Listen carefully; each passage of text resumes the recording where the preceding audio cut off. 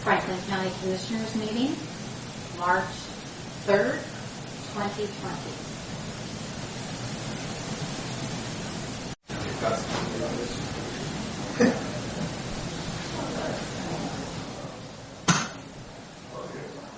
Good morning. It is 9 a.m. and we're here for a regular Tuesday morning, March 3rd commission meeting. And we have all three commissioners. Keith Johnson is back in D.C. on office business and will be on the phone. And Karen, and we have an audience this morning. So you join me with the pledge, please.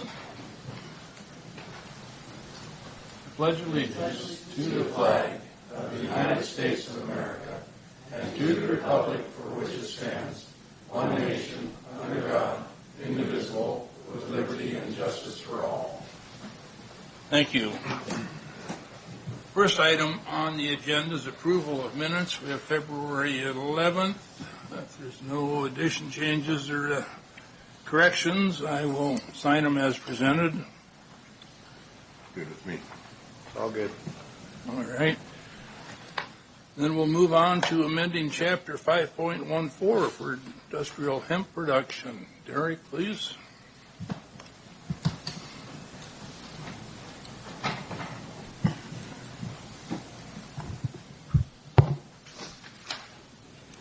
Thank you, Commissioner Cook. Yes, this is a request to amend Chapter 5.1 for industrial hemp production.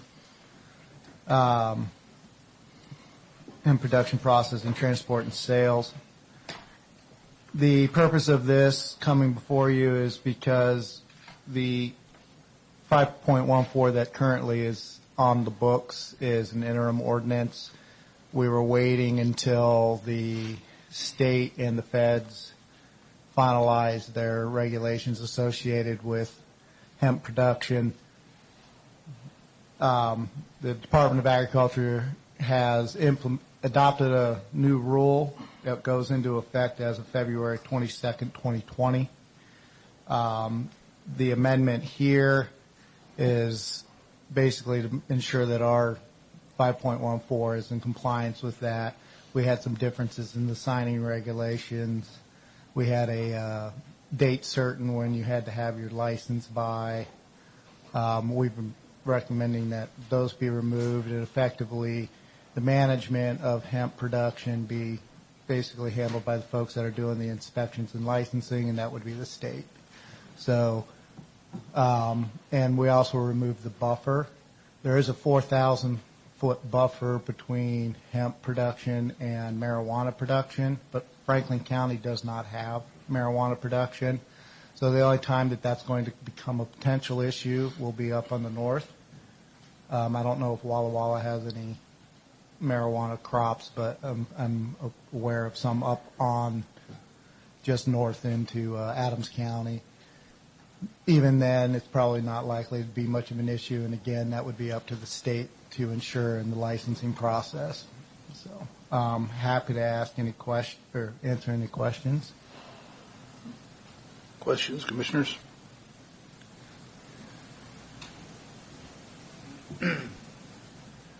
Derek, at one time there was some concern, albeit minor, about people who couldn't visually tell the difference between marijuana and hemp, which is most people, and people going into farm fields and collecting hemp thinking they were getting something worth smoking.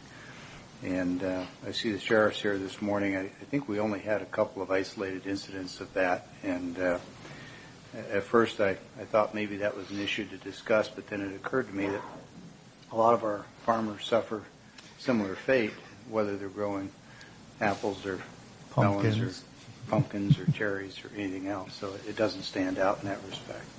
But just wanted to compliment you on taking a relatively complicated mess that the state created and trying to give it some reasonable order. I do think that the moratorium that we passed last year was good, and I appreciate the fact that you didn't burn the full 6 months getting your head around this, but in fact got it done in 2 or 3. So Thank you. Overall, good job. Thanks. Thank you.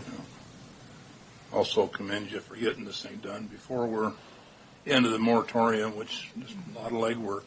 So And it's also important for the potential producers to know what our plan is, I guess you could say, because the licensing, all of that stuff is starting to gear up for the planting, which is going to happen generally around June, if I recall correctly. June to July is when they plant. So, just maybe keep your ears open. There's a fairly well-established ratio between THC content and CBD oils and percentages. And, yep. and while there's some variability in there, it's still pretty well established. And at least the people I know that are in this industry have sent samples from the same plants to about 4 different labs and gotten 4 different results. And there's also a nonlinear or a geometric progression, an increase in the amount of THC produced toward the very, very end of the growing cycle when they're trying to maximize CBD oil. So I bring that up because we may find ourselves in a situation where people who are trying to follow the rules can't get good lab testing or trying to maximize CBD, and now you've got hemp with excessive THC levels. It's not ours to regulate, Right. but just something to keep in the back of your mind that's one of the subtexts that you don't hear discussed much. Yeah. Okay. With that, I believe we have an ordinance in front of us, 02-2020.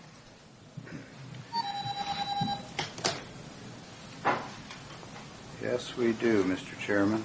I note that the title is fairly long, so I'm going to skip reading it, ask the clerk to take it for the record in the minutes, but move for approval of ordinance number 0-2020 as presented. Could you say that ordinance again? I think you said 0 dash. It's 02 dash, correct? Well, it is 02-2020. I second. If I misspoke, I apologize. Okay, no further questions. All in favor? Aye. Aye. Thanks, Derek. Thank you. Okay, we'll move into our first item of public comment. We have some people that have signed up to speak, and keep it to 3 minutes, and we don't need to go over some one item numerous times. So, Jeffrey, I think you're up first. I'm excited. I like the new sinus system. I will keep it brief. I just wanted to take a moment to praise to the board the county staff. On more than one occasion, I've had to rely on them to learn more about our county and how it operates so that I can correct my own assumptions. And they've always been warm, prompt, and very helpful. And while we had a contentious meeting last week, and I'm not going to go into the subjects of that meeting, one thing became very clear. Our staff work really, really hard. Our county may not have all the money in the world, and we may not have as much clout as we would like, but we are blessed and we are rich in terms of the people that we hire, their effectiveness, their strength of conviction, and their moral fiber. I'm pretty darn proud of the staff of this county. That's all I had to say. Thank you. John. Oh. Hi. I came up to try to persuade you to participate in the feasibility study last week. And I've seen a few extra videos from previous meetings and everything, and I've learned of some concerns of that feasibility study and the KGH building as well as the Kennewick Hospital District. I still think that it's a need. I still think that building, for lack of a better building that's already in existence, is really about the best option. And I think that it would probably cost more to build a building of that caliber to replace that one to meet our needs. But what I would like to do is switch directions just a little bit. I would like a list of things that we would need to provide for you as the commissioners in order to get this feasibility study passed. Can I be provided with that? I've got a pen and a paper. I'm ready to write.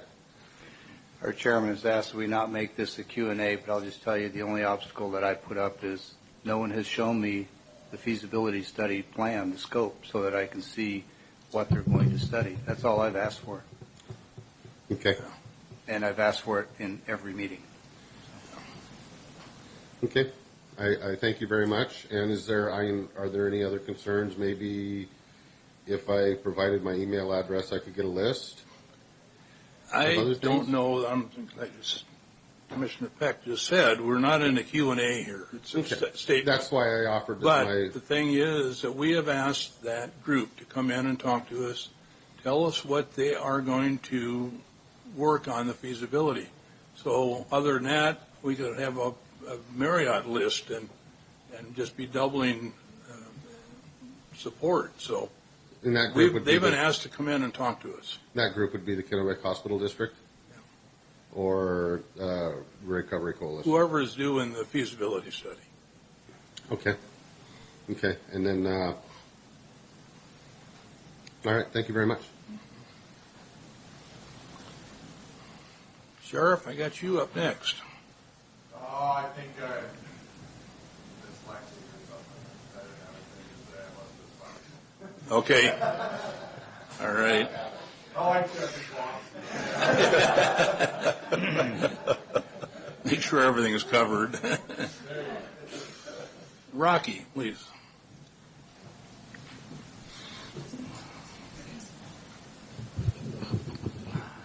My name is Rocky Mullen. I'm an elected PCO for Franklin County. I would like to speak today on the fact of the question of redistricting. I think that we should wait until the census report is back. I think to make a decision of this magnitude would require an impartial advisory committee to take a look at the census, at the results, and find something that is fair and equitable for all residents of Franklin County. Washington State right now is waiting for the census results to do their redistricting. Why should Franklin County be any different and not wait? Why are we trying to rush something through? A rushed process only leads to usually bad decisions. And I think to have fair and equal representation of all residents, that we need to look at the most up-to-date data and make the best decisions that are available off of that data. Thank you. Thank you. Then we have Michelle.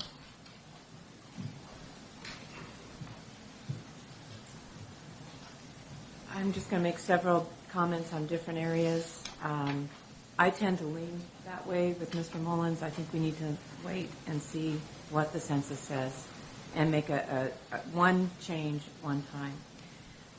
I mainly came here today. I know that the draft EIS came out yesterday, and there was a lot of celebration. I was at the press conference.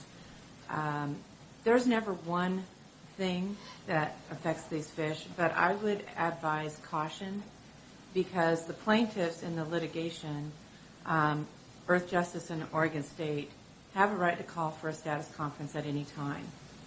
And that will entail the judge listening to their side of why they've done this, and they've done this for 30 years, is the EIS has not satisfied the reasonable and prudent alternatives to save the fish. And the reason I caution that is we have spent $730 million in the 2014 biological opinion to fish habitat. Once that was ripped up, it went to $1.5 billion. That further compounds a report on the juvenile fish, the Chinook themselves, in the natal waters of, say, Valley Creek, which is a tributary to the salmon rivers, and they're pit-tagged when they come in, and they're tracked to the first dam, which is Lower Granite, and 80 to 85% of them don't make it. But we're talking about Caspian terns in this area, which is an important thing to remember. But if 80 to 85% of them are not making it, and the reason being that they don't have enough habitat on their way down to the salmon river where it gets slower and shallower, the bull trout, who are also protected, prey on them.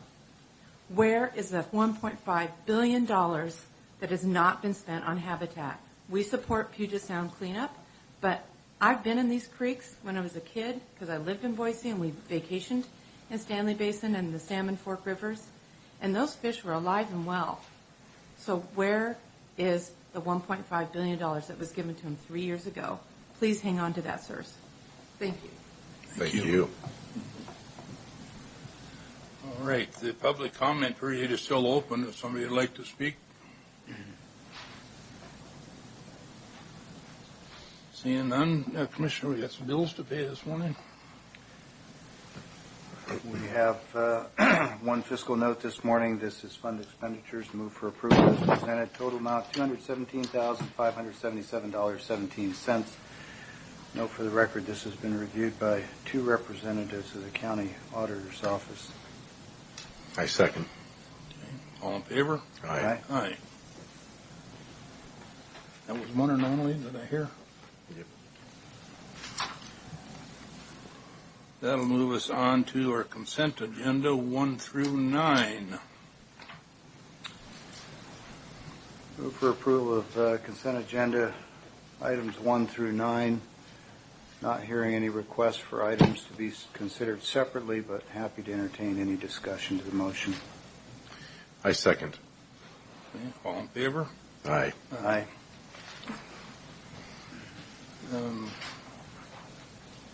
You or Keith have anything for us this morning?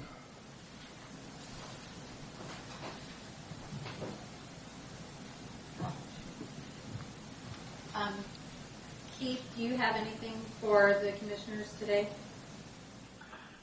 No, I probably just thought to, for the benefit of the board and any members that are, or any people from the public that are there, just go over the schedule for a couple of upcoming public meetings. We will have an evening meeting both on the 17th and the 25th. The meeting for the 17th will be a public hearing scheduled to discuss the redistricting proposal, and then the meeting the following week will be the result of the test that we are running with Franklin County Emergency Management. It is unusual we would have 2 evening meetings so close together, but due to calendars and the need to have public input on the redistricting effort, that was kind of the only choice we were left with. So I just want to make sure that the board was aware of that, those days. All right. Everything going well back there, Keith? Well, yes. I just missed the last 2 minutes of President Trump's address to the National Association of Counties, so this meeting was more important, so that's how you rank. Everything's going very well. All right. All right. Well, thank you for your service back there. Commissioners, do you have any questions? Everybody's pretty quiet here, Keith, so thank you. Okay, very good. Thank you. That takes us down to our second open public comment period of the meeting. Jeffrey? I just had a request. If we're limiting our commentary to 3 minutes, it's very hard to do that if we don't see the clock. So could we maybe for the future either put like a timer or a clock there so that we, as the public, can comport ourselves appropriately? Okay. Michelle? I did finish my comment earlier. I have asked, and my 31 state legislators have written Governor Little of Idaho to sign the ESA exemption. That is still the path that we recommend. And later today, in reference to your last week's meeting, I'll be meeting with Jeffrey McMorris. He's Kathy McMorris Rogers' brother, and his cohort on the Envision Center that I came and talked to you about a number of months ago. Brad Peck was kind enough to follow up and show me some possibilities. This will tie down some of that information that you needed, and I will be recommending them they come and present to help you make these decisions and who runs what and what it costs. Okay. Thank you. Thank you. Further comments?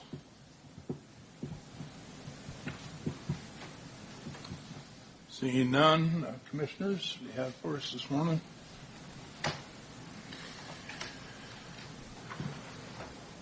Not much here. Hearing none, that ends our board meeting. We are adjourned. Thank you.